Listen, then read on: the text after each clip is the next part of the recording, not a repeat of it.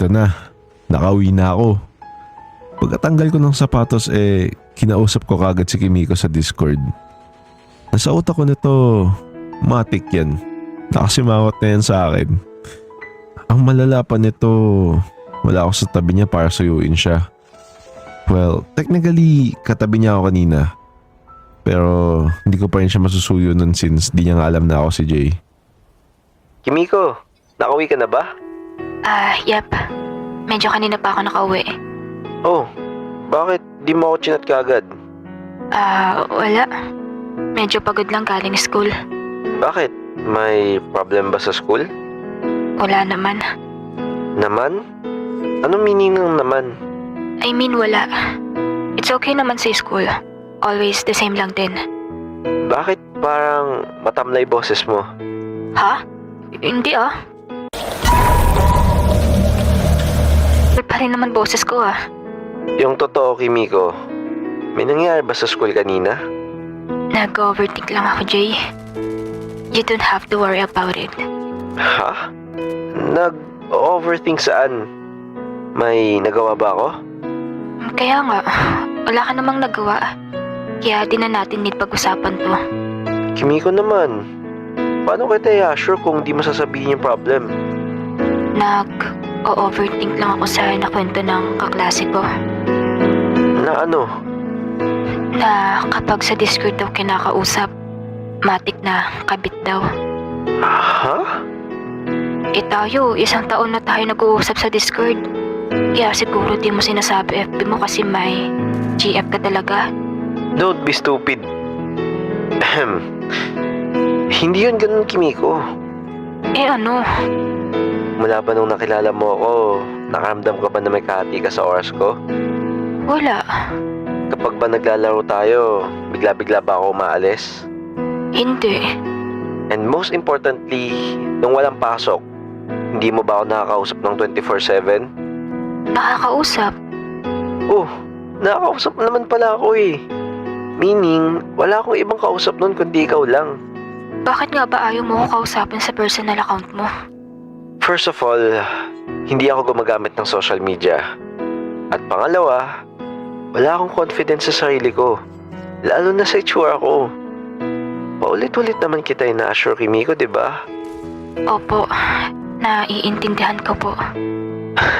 Huwag ka mag-alala, Kimiko. Promise ko yan sa'yo. Sobrang lapit na ng panahon na makikita mo ako in person. Promise? Promise. Paano mo nasabi na malapit na kita makita?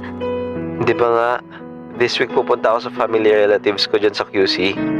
Paano ka pupunta sa akin?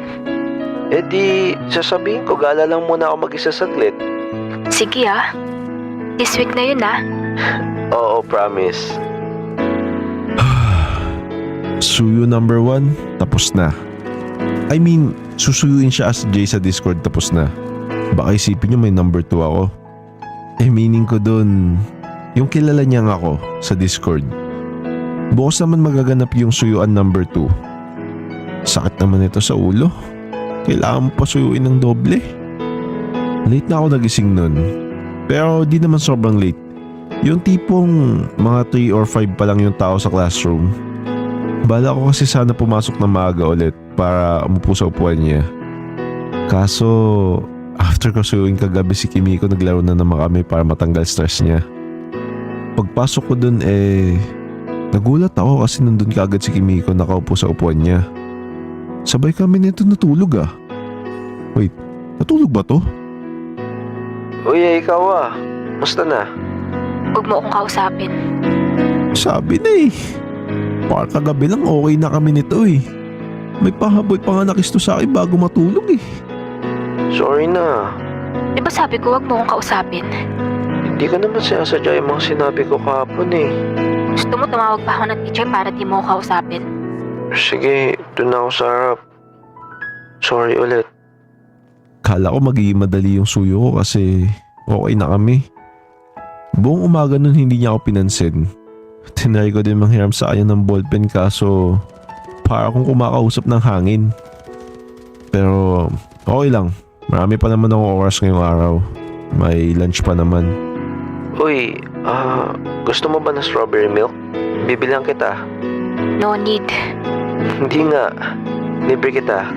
Ayoko. Hindi na lang ako nagsalita nun at bumaba kagad ako sa kantin para bumili ng strawberry milk. Alam mo favorite niya naman yun kaya hindi niya yun sasayangin. Pero yun lang pala yung akala ko. Uy, sorry na. Ito, nilibre ko na sa'yo. Ano yan? Strawberry milk. Alam ko. Para saan yan? Peace offering. Saksak mo sa baga mo. Sure ka? Ayaw mo? Aba, kapal naman ng mukha mo para pagbantaan pa ako. Ha? Paano kita pinagbantaan?